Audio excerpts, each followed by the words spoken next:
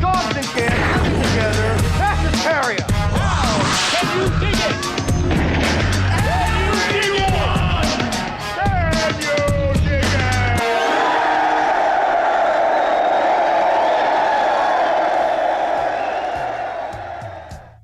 Hey guys, welcome back to the Lucid Nightmare. I'm your host as always, Jay Schatzer.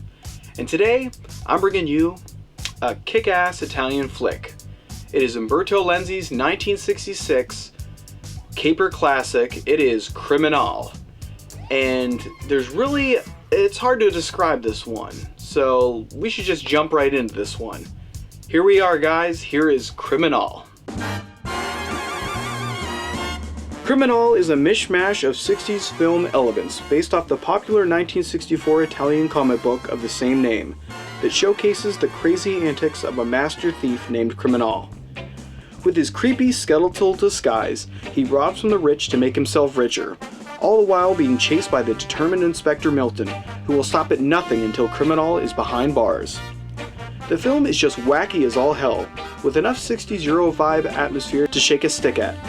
The real fun is in Kriminal's nonchalant attitude, as he pulls off some very imaginative capers. He's so cool and calculative that he appears unstoppable in his pursuit for the riches.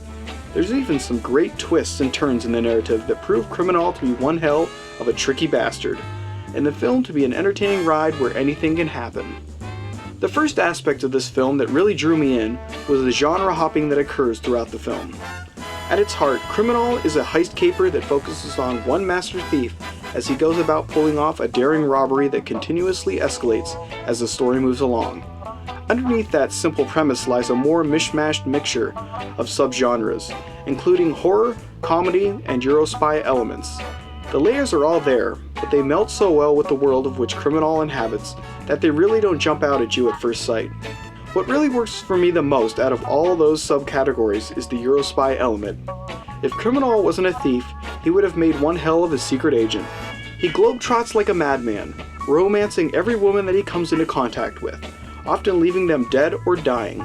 If that wasn't enough to set him in the mold of that typical super spy, the guy also has charisma to boot. With such a strong Eurospy atmosphere, I debated on whether to add this to my I Spy Eurospy segment, but I opted out at the last second, seeing that in essence, Kriminal is not a good guy. He's a bastard. But oh, how good at being a bastard he is. Kriminal is not your usual central character for a movie. He doesn't rescue the girl or save the day, but instead is out for himself. Everything that he does throughout the film is to benefit himself, and he often does this at the expense of other people's lives. With all of this bad publicity and selfishness that comes with Kriminal's personal baggage, you surprisingly end up rooting for the guy. It's a strange outcome for someone who is such a prick, but the plans that he executes are so outlandish and bold that you can't help but hope he gets away with it. It also doesn't hurt that Kriminal has a confidence and self-assurance that hasn't been seen on the screen since Sean Connery's turn as James Bond, and that is all credited to the fine acting prowess of Glenn Saxon. This guy never falters, even at the sight of capture. He just grins and presses on, lying his way out of any jam and diverting the attention of his pursuers with ease. Kriminal is one smooth criminal, and he makes it look so easy. Now what I respect Kriminal most for is his fashion sense. The guy is supposed to be a master thief, stealthy to the last, but what kind of outfit does he decide on? A bright yellow skeletal Halloween costume that practically screams out, "Over here!" With such a vibrant and unstealthy selection, he shockingly never gets caught. Now that's one hell of a master thief. When not burglarizing the well-to-do, Kriminal wears the most distinguished and 60s swinging attire. The man can rock an ascot like it's nobody's business, and when it comes to sleek suits, he's right up there with some of the most stylish secret agents of the genre. In fact, the overall style of the film is very lush and exotic, making it a pleasant walk through the fashion of the time. It also doesn't hurt that you've got one of the most beautiful women of Italian cinema to showcase some of these outstanding wardrobes.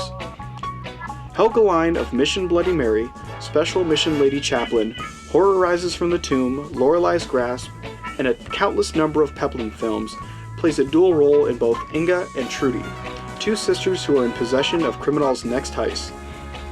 She's outstanding in this film, showcasing why she is such an icon of this era of filmmaking. Able to convey both the victim and the assailant, Lyon milks all the aspects of this spectrum as she plays both sides for all it's worth.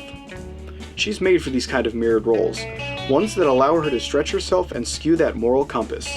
A wolf in sheep's clothing would be a very accurate description for a good majority of her most iconic roles, and this one is no exception. She passes with flying colors and adds a certain erotic tone to the film that would be sorely lacking without her captivating presence. With all the colorful cast members and the genre borrowing of the film, the movie has a style all of its own, taking tremendous efforts to broaden the visual look of a caper film and blend it with the world found within the Kriminal comic book. It's fantastic and surreal, as it amplifies an already engaging element of the heist film and melds it with a realm only found within the kaleidoscope panels of a cartoon strip. This is not only implied throughout the film, but accented in the closing moments of the film where we are treated to a stylistic illustration of Kriminal's final moments as a free man. The technique is kind of jarring visually, but aesthetically it fits in perfectly with the playful nature of the film. It also acts as a clever homage to its own source material, while at the same time leaving on an outstanding and illustrious note. Overall, this film is just a whole hell of a lot of fun. There's a ton of memorable moments where Kriminal barely escapes capture, only to be later revealed that it was all according to his master plan. The brilliant locations and varying exotic cities that Kriminal visits add to the overall scope of this enjoyable piece, and enhance the wonder and style of the Eurospy elements. Even though this is a caper film, it spans such a large portion of the globe and never feels small in scope, that you tend to forget its meager heist origins and take it as a new kind of beast. One that doesn't rely on the trappings of the genre, but in fact embraces all forms of cinematic splendor to tell its story. In the end, Kriminal is just a film full of flavor and fun, dashed with a spicy undertaking of Eurospy goodness that doesn't take itself too seriously and rather relishes in the delights of the era. It's a feast for the eyes that never lingers, allowing us to get swept up in the outlandish story and unforgettable characters. I had one hell of a time with this film, just sitting back and watching Kriminal do his thing. He may be a bastard that only looks out for number one, but I'll always have a soft spot for this prickish rogue. If you need a good pick-me-up and you love 60s Italian cinema, then I highly recommend Kriminal for its extremely high entertainment value. Kriminal teaches us that being bad can be oh so good. This is just one Kriminal-tastic heist film.